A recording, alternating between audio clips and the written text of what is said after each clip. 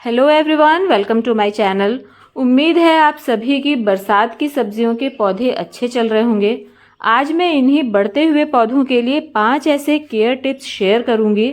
अगर आप इन्हें फॉलो कर लेते हैं अभी इनिशियल स्टेज पर, जब आपके पौधे ग्रोथ पर हैं, तो आपके बहुत ही स्ट्रॉन्ग और हेल्दी पौधे तैयार होंगे। और पौधे जितने ज़्यादा हेल्दी होंगे, जितने ज़्यादा स्ट्रॉन्ग होंगे, उतनी ही ज़्यादा फ्लावरिंग एंड फ्रूटिंग होगी और पौधे की इम्यूनिटी उतनी ही हाई होगी, जिससे कि थोड़े बहुत जो रोग लगते हैं पौधे पर, उन्हें ये पौधे अपने आप झेल लेंगे। तो बड़े ही आसान से टिप्स हैं ये, जिन्हें आप बहुत ही आसानी से फॉलो कर सकते हैं। तो चलिए शुरू करते हैं। तो पहला टिप ये है कि जब आपके पौधे छोटे हों तब आपने उन्हें जिस कंटेनर में लगाया हुआ है उनमें आप अनवांटेड प्लांट्स या वीड्स को बिल्कुल भी मत निकलने दीजिए। वैसे तो जब पौधे बड़े हो जाएं तब भी आपको अपने कंटेनर्स की पूरी तरह से सफाई रखनी चाहिए, इन्हें नहीं निकलने देना चाहिए। लेकिन जब पौधे छोटे होते हैं तब ये बहुत ज़्यादा ज़रूरी हो जाता है, क्योंकि होता क्या है, पौधा भी आपका छोटा है और जो वीड्स हैं वो भी उसी साइज़ की हैं। तो वीड्स की संख्या ज़्यादा होने की वजह से ये आपके पौधे को ओवरटेक कर लेती हैं और हमारा वेजिटेबल प्लांट की ग्रोथ कभी कभी रुक जाती है, पौधा कमज़ोर पड़ जाता है और फिर ख़राब हो जाता है। इसलिए ये इस समय पर बहुत ज़्यादा ज़रूरी हो जाता है कि आप बिल्कुल भी इस बात का ध्यान रखें कि बिल्कुल भी इन्हें ना निकलने दें। और मेरी मिट्टी में बहुत ज़्यादा वीड्स निकलती है, तो जब पौधे छोटे होते हैं तब मैं इस बात का खास ध्यान रखती हूँ कि मैं वीड्स की टाइम टू टाइम सफाई करती रहूँ। जब पौधे बड़े हो जाते हैं, बेलें बड़ी हो जाती हैं, उसके बाद वीड्स निकल भी आती हैं तो इतनी दिक्कत नहीं होती है, क्योंकि पौधा हमारा अब स्ट्रांग हो चुका है, जड़ें मजबूत हो चुकी हैं, तो वो मिट्टी में से न्यूट्रिशन ले लेंगी अपने आप। लेकिन जब पौधे छोटे होते हैं उस समय पर ऐसा नहीं होता है और कई बार हमारे पौधे खराब हो जाते हैं। ये जो आप तुरई की बेलें इस कंटेनर में लगी हुई देख रहे हैं, करीब 15 दिनों से लगातार मैं इनमें से वीड्स की सफाई कर रही हूँ। उसके बाद भी देख लीजिए नए नए पौधे तुरंत निकल आते हैं। और अभी 15 दिन पहले का वीडियो मैं आपको दिखाती हूँ। इतनी ज़्यादा वीड्स हो गई थी कि ये पौधे बिल्कुल दब गए थे। अगर मैं उस समय वीड्स की सफाई नहीं करती तो ये पौधे खराब हो जाते। ये देखिए, ये करीब 12-15 दिन पहले की वीडियो है और इसमें ये दोनों तोरई के पौधे आपको नज़र भी नहीं आ रहे होंगे, इतनी ज़्यादा इसमें खरपतवार निकल गई है। अगर मैंने इसकी सफाई नहीं की होती तो ये जो पौधे हैं ये दब जाते। और जैसे ही मैंने इनकी सफाई करी और उसके बाद आप ये बेलें हैं दोनों, इनकी बहुत तेज़ी से ग्रोथ होने लग गई। तो ये देखिए कितने सारी वीड्स मैंने निकाली हैं, सारे कंटेनर्स में बहुत ज़्यादा निकल जाती हैं। तो आपको इस बात का बिल्कुल ध्यान रखना है, जब पौधे छोटे हों तो अपने कंटेनर्स की पूरी तरह से सफाई रखनी है, खरपतवार को निकलने नहीं देना है। वीड्स की सफाई के बाद अब देखिए इन तोरई के पौधों की ग्रोथ थोड़े ही दिनों में कितनी तेज़ी से होने लगी। अब सेकेंड टिप है मिट्टी की गुड़ाई करना। आपको अपने छोटे छोटे सब्जियों के पौधों की मिट्टी को बिल्कुल जमने नहीं देना है, कुछ कुछ दिनों में इनकी गुड़ाई करते रहना है। गुड़ाई करने से भी पौधे की ग्रोथ पर बहुत अच्छा असर होता है, बहुत अच्छी ग्रोथ होती है। और आप ये काम तभी कर सकते हैं जब आपकी सब्जियों के पौधे छोटे हों, क्योंकि जब ये पौधे बड़े हो जाते हैं, ये बेलें बड़ी हो जाती हैं, तो इनकी जो जड़ें हैं ये वो चारों तरफ फैल जाती हैं। क्योंकि सब्जियों के पौधों की जड़ें बहुत ज़्यादा गहरी नहीं होती हैं, ये ऊपर ऊपर सरफेस पर फैली होती हैं। और उस समय पर अगर आप गुड़ाई करते हैं तो इसकी जो जड़ें हैं वो डिस्टर्ब हो सकती हैं, डैमेज हो सकती हैं। इसलिए बेलें बड़ी होने के बाद आप गुड़ाई नहीं कर सकते। और अभी जब ये छोटे पौधे हैं तो इनकी जड़ें बहुत ज़्यादा फैली नहीं हैं, छोटी छोटी जड़ें हैं। तो आप थोड़ी सी बचा करके पौधे के आसपास की थोड़ी जगह छोड़ करके बाकी मिट्टी की आप अच्छी तरह से गुड़ाई करें। मिट्टी की गुड़ाई करने से हवा का आना जाना मिट्टी के अंदर बना रहता है, जो कि पौधों की ग्रोथ में बहुत ज़्यादा हेल्प करता है। तो इस बात का आपको ज़रूर ध्यान रखना है, मिट्टी की आपको इस तरह से गुड़ाई करते रहना है।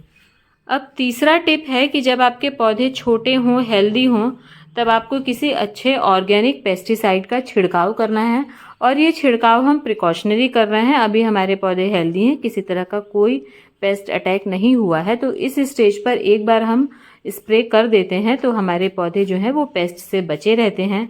और अभी पौधे क्योंकि हमारे छोटे छोटे हैं, बहुत ज़्यादा अभी स्ट्रॉन्ग नहीं हुए हैं और इस समय पर किसी तरह का पेस्ट अटैक हो जाता है तो पौधे बहुत जल्दी इनकी चपेट में आकर के ख़त्म हो जाते हैं। तो जब आपके पौधे इतने बड़े हैं तो उस समय पर आपको इसमें एक बार छिड़काव ज़रूर करना है इन्हें बचाने के लिए। मैं नीम ऑयल का स्प्रे कर रही हूँ और ये नीम ऑयल सॉल्यूशन बनाना कैसे है, मेरे चैनल पर कई सारी वीडियोज़ हैं। अभी अभी मैंने हाल ही में एक वीडियो पोस्ट किया था, हालांकि मैं फिर भी आपको शॉर्ट में बता देती हूँ। अगर आपको आधा लीटर सॉल्यूशन बनाना है तो आपको नीम ऑयल लेना होगा और उसे आपको आधे लीटर पानी में, आधा लीटर पानी आप स्प्रे बॉटल में डाल लीजिए और उसमें करीब 5 ml नीम ऑयल डालिए और 4 से 5 बूंद आप करीब उसमें लिक्विड सोप की डाल करके मिला लीजिए और आपका सॉल्यूशन तैयार है। 1 लीटर में बनाना है तो आप इसका सारा अमाउंट डबल कर लीजिए और इस तरह से आप अपने सभी वेजिटेबल प्लांट्स पर एक बार इसका छिड़काव इस स्टेज पर ज़रूर करिए। देखिए कितनी सारी वीड्स निकली हुई हैं मेरी मिट्टी में और मैं डेली सफाई कर रही हूँ, फिर भी 2-3 दिनों में उतनी ही फिर से हो जाती हैं। अब बढ़ते हैं अपने चौथे टिप की तरफ और वो ये है कि इस स्टेज पर आप अपने पौधों को कोई लिक्विड खाद ज़रूर दीजिए और ये खाद नाइट्रोजन में रिच होनी चाहिए क्योंकि नाइट्रोजन रिस्पॉन्सिबल होता है पौधों की वेजिटेटिव ग्रोथ के लिए। इस समय पर ज़रूरी है कि पौधे की पत्तियां हेल्दी हों, उनके स्टेम्स हेल्दी हो, उनकी ब्रांचेस हेल्दी हों। तो नाइट्रोजन रिच खाद इन सारी चीज़ों में पौधे की ओवरऑल ग्रोथ को प्रमोट करता है, इसलिए आपको नाइट्रोजन रिच खाद देना है। ये खाद आप कोई भी ले सकते हैं, आप गोबर के कंडों से बना सकते हैं या आप सब्जियों के छिलकों से तैयार कर सकते हैं, वर्मी कॉम्पोस्ट से, या फिर आप किचन की कॉम्पोस्ट से, या फिर आप गोबर खाद से भी तैयार कर सकते हैं। जो भी आपको अवेलेबल हो जाए वो आप कर सकते हैं। ये जो मैं खाद डाल रही हूँ ये मस्टर्ड केक का लिक्विड है, ये भी आप दे सकते हैं।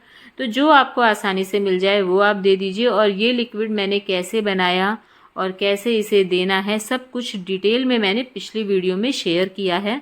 तो अगर आपने नहीं देखी है और देखना चाहते हैं तो मैं ऊपर आई बटन पर लिंक डाल दूंगी, आप देख सकते हैं। तो मुझे तो मस्टर्ड केक का लिक्विड ज़्यादा पसंद आता है तो मैं तो इस स्टेज पर यही देती हूँ अपने पौधों को। अभी अगर हम लिक्विड फॉर्म में खाद देते हैं तो इसे हमारे छोटे पौधे बहुत आसानी से एब्जॉर्ब कर लेते हैं क्योंकि अभी जो पौधों की जड़ें हैं वो नाजुक होती हैं और लिक्विड फॉर्म में होने के कारण इन्हें एब्जॉर्ब करना काफ़ी आसान हो जाता है और तेज़ी से पौधों की ग्रोथ दिखाई देती है। तो इस स्टेज पर आप अपने पौधों को लिक्विड फर्टिलाइज़र ज़रूर दीजिए। इस समय पर दिया हुआ लिक्विड खाद पौधों के लिए इंस्टेंट फूड का काम करता है और पौधे बहुत तेज़ी से बढ़ने लगते हैं।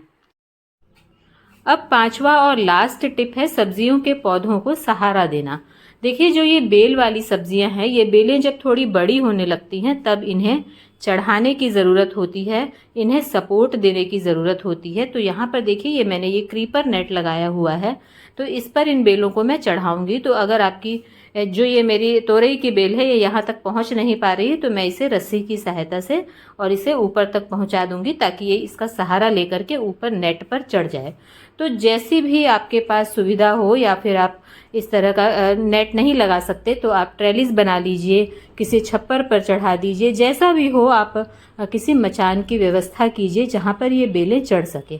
क्योंकि बेलों को अगर आप चढ़ाएंगे नहीं, यूं ही पड़े रहने देंगे तो इसकी ग्रोथ पर असर होगा।